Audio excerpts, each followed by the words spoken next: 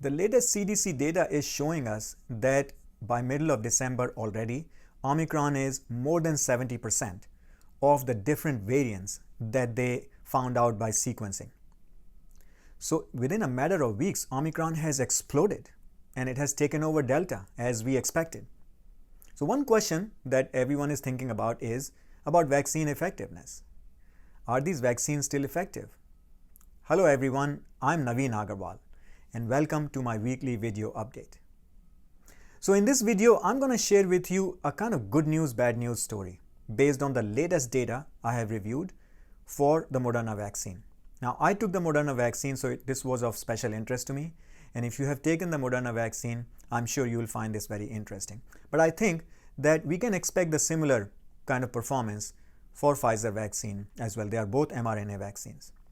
So we look into this data that is just published, not peer reviewed yet, but the work is done in very, very good laboratories. 2 independent laboratories are presenting this result. So these results are very good. The study design was very good. I have looked at that. So I like this kind of work that has been presented. So we'll talk about that, what it means, more importantly, what it doesn't mean, and then what we should be doing now that we understand this information to continue protecting us and our family members. That's what this is all about. Now, this presentation is going to be a little bit technical, and I hope you will stick with me because that's what we are doing on this channel, right? We are not chasing news headlines. We are going after the technical and medical published information and analyzing it, understanding it, and talking about it in an easy to understand way. But we do have to cover some technical details. So I hope you will stick with me, but share in the comments below your thoughts and questions and concerns, particularly around Omicron and anything related to Omicron, vaccine effectiveness, test performance, anything that's on your mind, please share below in these comments. Okay, so let's look into this data right away. First, I want us to remind ourselves of the coronavirus structure. And you might have seen this picture in many different places, but let's look at it again because it's important for us to understand. It's a small ball, a particle, a very small particle, and around the surface is this crown, this spiky looking structure, which is what we call the spike protein. This is the target of the vaccines. They are trying to stop the virus from entering our cells. And there is a region in the spike protein called the receptor binding domain. That's the region they are particularly interested in finding out what kind of mutations are happening in that region because that's the target. If a lot of change happens in that target, maybe the vaccines will not work. That's a concern. So we look into the information that has been presented so far and what it means. So keep in mind, we are looking at spike protein mutations. So let's look at Delta first. What does Delta look like, right? We heard so much about Delta. It spread fast, but now it has fallen behind, but it's still around quite a lot in our community. And there are a lot of reinfections happening because of Delta, and we'll see more and more reinfections from Omicron. So let's see what Delta looks like. I want us to focus on this green line. This is basically the sequence of the spike protein in this green zone. And all these letters and numbers, they represent individual mutations in different regions. So one of the things that blows my mind is how much information we are able to get so quickly. We can understand the whole structure of the virus and its protein in every location. So let me give you an example. This is D614G. That's the mutation they are talking about as an example, and this is on the 614th location. D has replaced G. That's it. So these are some nomenclature that they use, some naming convention that they use. I won't go into too much detail. But here they are able to identify every single change. Now, why D614G is important? This was the first mutation that was observed in the coronavirus. And when Moderna vaccine efficacy trial was going on, this was dominant. So Moderna effectiveness is basically against this D614G reference standard. That's very important. So all this data that we're going to look at is as a baseline to D614G mutation by itself. Delta has D614G. But Delta also has 2 mutations in this red zone. This red zone is the receptor binding domain of the spike protein. 2 mutations. That's what people were concerned about. Hey, it has 2 mutations that we have not seen before, and it's going to affect vaccine effectiveness. And it did correlate with the test that I'm going to talk about. In the test, they do neutralizing antibody testing. And in that, they did find a loss in performance because of these mutations. So this receptor binding domain mutations are important. So why is Omicron a big deal? Let's look at the Omicron sequence. Many more mutations. Okay? Look at this receptor binding domain mutations, 15 of them compared to only 2 for Delta. So the bad news here is that if the performance went down against Delta, we expect the performance to go down of these vaccines against Omicron by a lot. That's what the bad news is. We'll look into this exact data, how they are making that conclusion. It also has D614G. So D614G, keep in mind, is a reference mutation that we should analyze and compare all of our data against. And that's what this paper is talking about. I'll give you a reference to this paper. So to summarize, we're going to look at D614G as a reference, and we're going to look at the change in the vaccine performance against Omicron with respect to D614G and another variant, the beta variant. We'll talk about that in just a minute. But this work was done in 2 different independent laboratories utilizing the similar set of samples. NIH's VRC, which is Vaccine Research Center, and Duke Health. Very good laboratories, good work is done, and I trust the work that comes out of their laboratories. So this is potentially very good work, and hopefully it will be published soon in a peer-reviewed journal. Vaccine Research Center and Duke Lab. So they looked at the serum samples from 30 volunteers, and part of it was part of their vaccine effectiveness trial. These volunteers received 2 primary doses of the 100 microgram mRNA for Moderna. Those are the 2 primary doses, and they received a booster dose under an EUA for the 50 microgram mRNA. That's how the Moderna vaccination program works. They did what they call a pseudo virus neutralization assay, and let me describe that very simply. This is a test in the laboratory, so they're not doing a very massive clinical trial. What they are trying to do is they're trying to figure out the change in the neutralization activity of the virus of interest, in this case maybe Omicron or beta or D614G mutation. What is the change in the neutralization activity of the antibodies that they have collected from these volunteers? So these volunteers should have antibodies against the spike protein of the coronavirus, and we are trying to find out, if we use that sample against this virus, what is the change in the neutralization activity? How much loss we are seeing in the neutralization? Neutralization basically means that the antibodies are now able to stop the virus from going from one cell to another, from multiplying. So if there's a drop in the neutralization activity, we can say that it'll probably correlate with vaccine effectiveness. That's the work they are doing in the lab. So they are looking at the baseline spike mutation D614G. Now it's pseudovirus because they did not use the live virus. So that's something we don't know yet, how it will work against a live virus. It works against what we call a designer virus. It has the same mutations on the spike protein. They design it and they use it in the laboratory. They didn't use Omicron virus per se.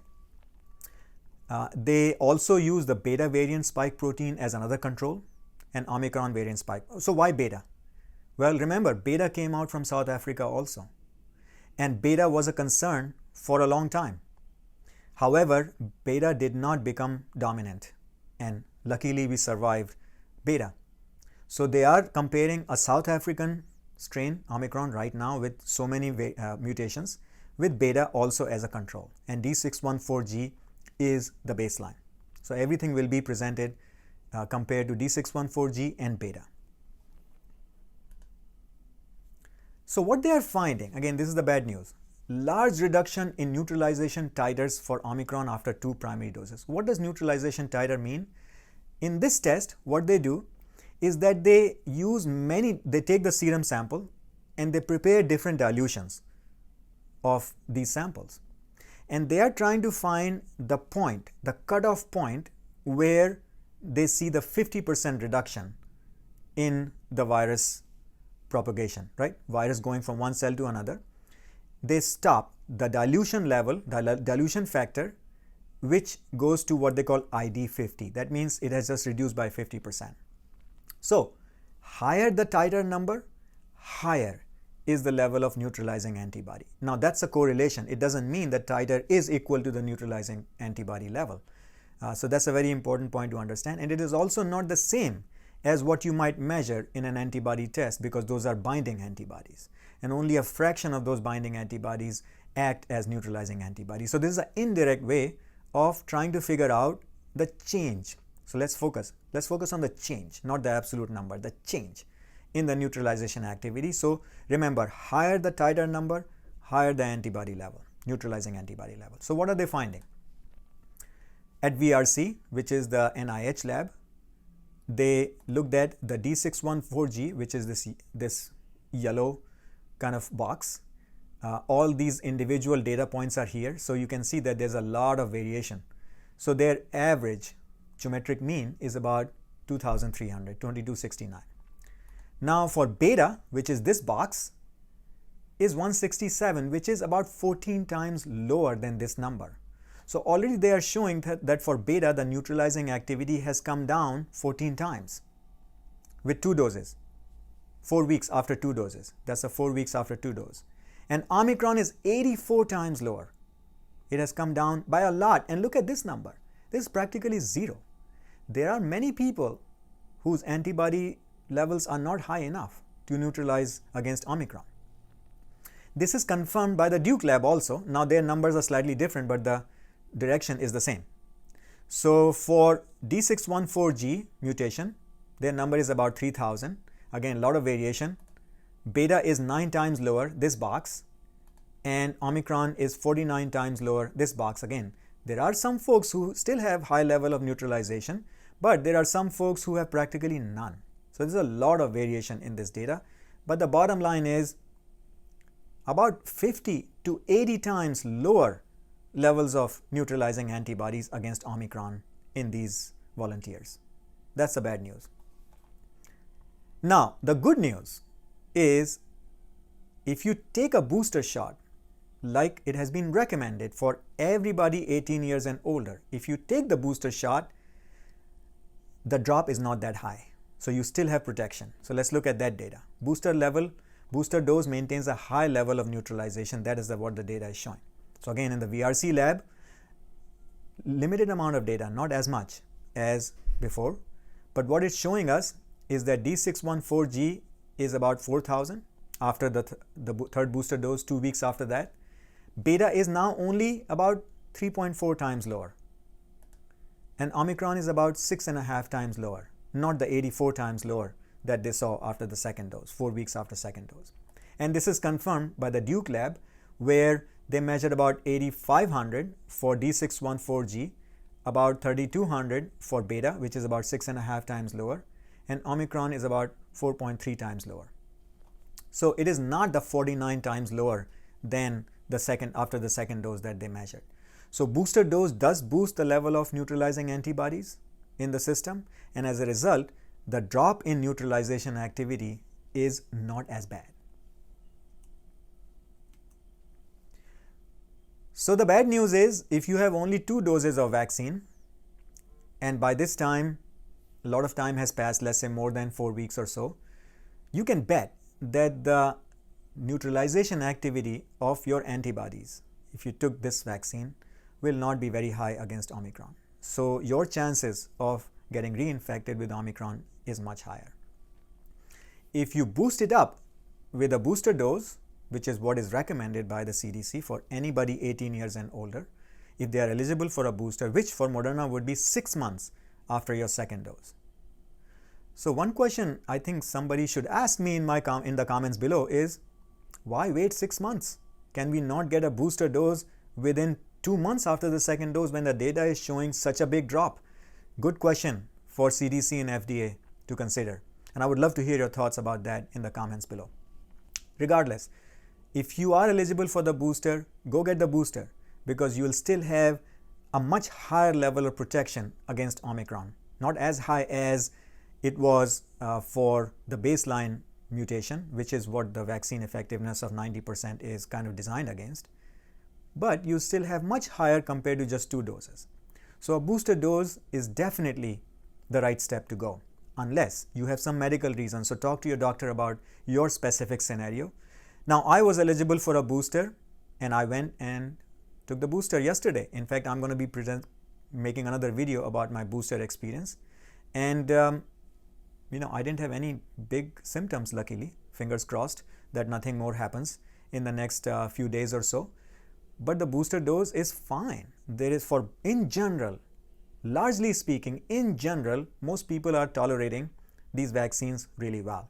Now, of course, there are special situations, special scenarios, medical conditions, pre-existing conditions. You should talk to your doctor for your individual case. But in general, this is being well tolerated. So a booster dose is the right step to take at this point of time. Now, for some reason, if you cannot take the booster dose, you have to become even more cautious, extra cautious, because there is reason to believe, based on this data, that the vaccine effectiveness against some kind of infection will not be that high. Now, hopefully, it will still be high enough against very serious disease and hospitalization. But as I have said in my other videos, you will still be knocked out for a week or 2 weeks, and that's all time lost. We live very busy lives. Who wants to lose their time? So take all the precautions you can.